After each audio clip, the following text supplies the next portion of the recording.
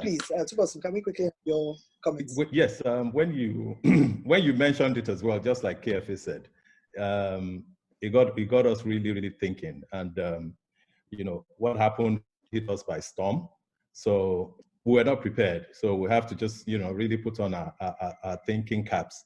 We have to follow the trend of things and the business. So we're trying to see how we can walk around, not more than between 20, 50, or maximum 100 crowd capacity, at least in the meantime, such that rather than having such big crowd out there, we can have an event that has about 20 people and still make them feel as if they're part of it digitally. Maybe putting up a screen, and rather than how people are participating now, we're able to see everybody's faces, just bringing pictures and putting it on the screen, people communicating, talking to each other. Despite that there are only 20 people in the venue, it still feels as if there's so many people there. I'm not a virtual person. I like to dress up and turn up and have a lot of have a lot of social interaction rather than just sit. Most of the time I just tune off anytime I see all these virtual events. It's not. That's not why we're in this industry, put it that way. We like to go out, dress up, and see our friends and crack jokes and have drinks together. So we go virtual as much as possible in the interim. And then I think there's a lot of opportunity in installations. The advert space is quite saturated, from our findings. But there's a lot of indoor that is open to installations where you can actually install these screens there in boardrooms, not necessarily LED. It could be LFDs, it could be bigger plasmas that they do now, 100-inch or more, So there's a bit of a space there. We can go very aggressive in terms of installation.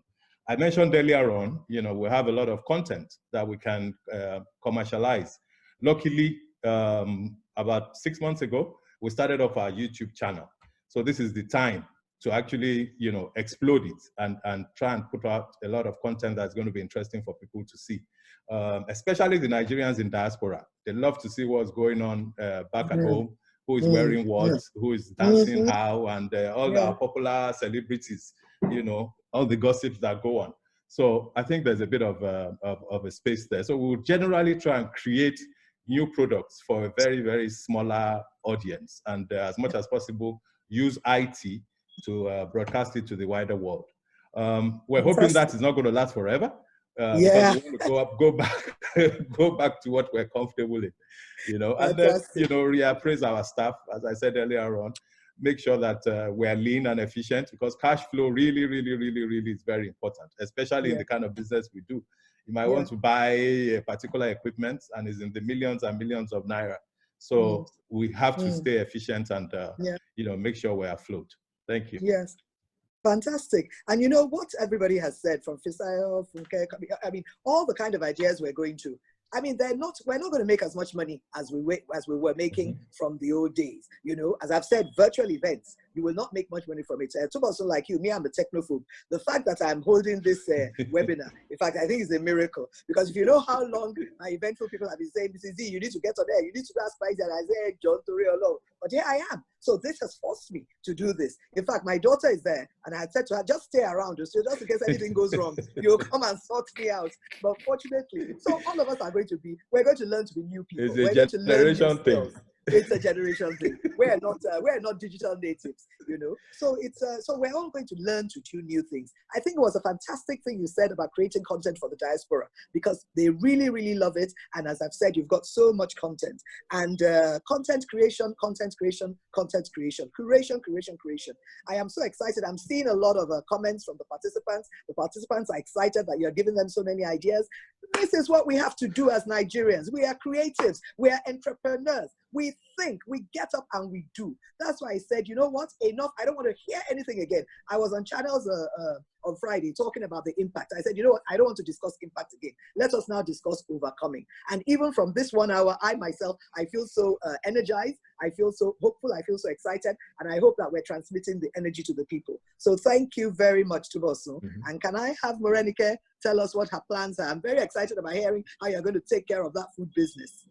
Thank you. I'm sorry for that transmission that went. Don't worry. It is what we expect in the online world. You know, just like Kemi said, 2 weeks I was down. I wasn't even thinking. I was just saying everything will be okay.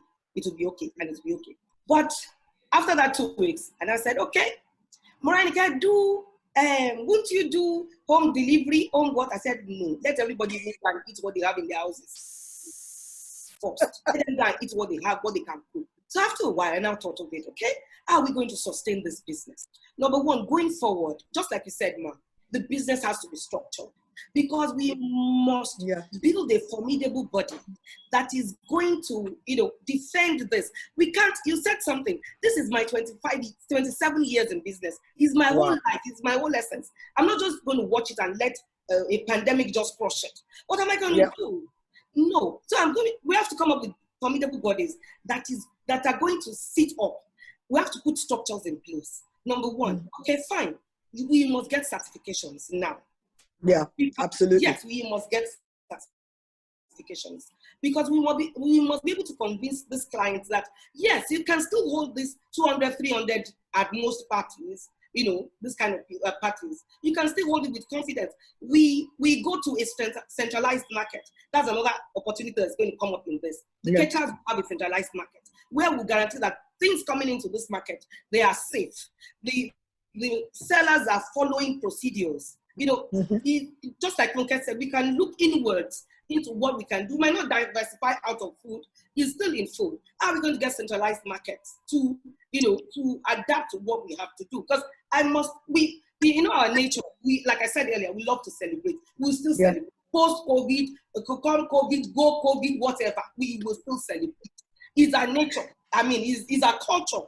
It's something we built over the years. So we have to adapt and evolve around what is going to suit us. Formidable bodies, structured businesses, certifications, the government. We have to put up a body to the government because another threat can come. Threat can come. So we must have formidable bodies that will defend us and say, yes, in the entertainment industry, they follow procedures. They are saying that they are serious about safety. You can't just shut them down like that. And, things like that. Okay, pending where we work towards that. How am I going to sustain Malas? How am I going to sustain myself and the staff that I have to keep on? There are different things. For instance, the next 2 weeks, the governor said we must bury their dead. Yeah. Small churches, small services are going to be held. They're going to give those priests food. 10 baskets of this food. Do 50 packs of something, do 100 packs, do 200 packs. We won't have everybody at once in our house. They are coming in batches. They will, as they come, we'll give it to them. Those are things. I can do a Zoom a Zoom party. Yes, fine. And you can't eat the food. But how can I get the food to you? Okay, give us address. Maybe your party, mainly the people are in Lekki. Okay, give us address. We can deliver nice packages of food, nice package of, something that they would have enjoyed on the party. To them, delivery services, you use what you have. Some of us have delivery services that we can use, or, you contract it out. Just let us keep this system rolling till this thing is over. You have to keep it rolling. When somebody called me and said, there's going to be a burial soon, and this is what we can do, I said, yes, fine, why not? I went to a supermarket this afternoon to take pictures of baskets and coolers. I sent it to them. Fine. Okay, we can do food packs. Yes. We have to keep the system rolling. There must be something lubricating this machine before everything goes, because we can't afford it to break down. We can't afford it to break down. Then another one. Sorry, Ma. Okay, go on. Obviously, the service now and the sustenance service, it has to be top notch. We are going to be involved. This is not a matter of, I have a party, just bring 500 people's food. No. the client is going to be very much interfacing with you. You have to give them value for money, just like somebody has said earlier. You have to give them value for money, know exactly what they want, tailor it to them. Okay, you can have different kind of menus. You know, I can do you this package, is this amount. I can do you this package, is this amount, and get it to your destination, get it to your guest, you know, something like that. Those are kind of opportunities I see that we can still run this system, this industry before we go back, I mean, to our lives. Yeah, fantastic, Veronica. The one I am most interested in everything you've said is this centralized market. And I think you better be the one to do that.